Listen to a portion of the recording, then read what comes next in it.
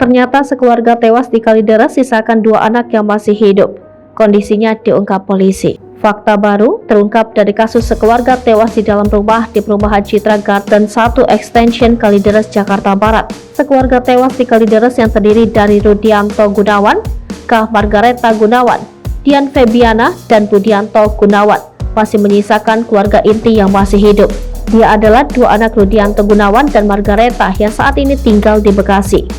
Fakta baru ini diungkap Kabid Humas Polda Metro Jaya, Kombes Pol Endra Zulpan dalam rilis terbaru. Dijelaskan Zulpan, 2 anak Rudianto dan Margareta ini sudah diperiksa penyidik Polres Metro Jakarta Barat. Zulpan tak mengungkap identitas 2 anak tersebut dan kemungkinan adanya keterkaitan mereka dalam kasus meninggalnya keluarganya di Kalideres. Selain 2 anak Rudianto, penyidik juga sudah memeriksa 2 orang security perumahan, ketua RT dan petugas PLN. Selain Polres Metro Jakarta Barat, kasus ini juga ditangani Subdit Jatantras Polda Metro Jaya. Pihaknya juga melibatkan ahli laboratorium forensik, kedokteran forensik, dan psikologi forensik.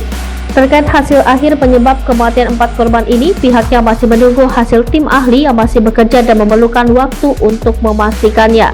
Selain keberadaan anak korban yang masih hidup, fakta lain terungkap. Ternyata sekeluarga yang tewas di Kalideres itu 6 bulan tak membuang sampah rumah tangganya.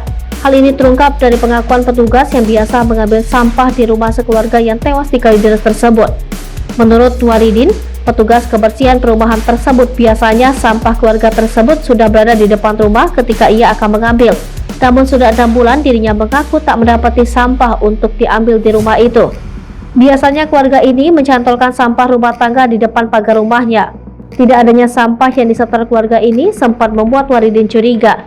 Apalagi keluarga ini juga tidak membayar iuran kebersihan selama 6 bulan atau sejak dia tidak menyetorkan sampahnya. Waridin sempat mengira keluarga Rudianto itu sudah pindah karena tak melihat aktivitas di rumah. Namun ia merasa curiga saat mencium aroma tak sedap saat membersihkan tembok di luar rumah itu. Waridin mengaku tak banyak berinteraksi dengan keluarga tersebut. Interaksi antara dirinya dan keluarga korban hanya sebatas ketika membayar iuran sampah.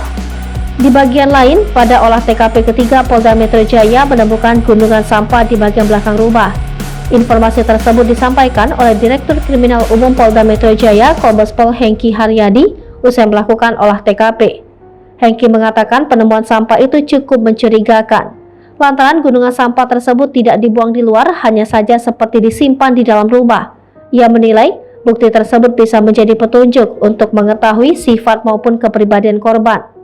Hengki tak menyebutkan lebih rinci jenis sampah apa saja yang ditemukan, namun di antaranya ada sampah plastik bekas makanan. Ia mengatakan rangkaian bukti akan terus diselidiki oleh penyidik dan para ahli.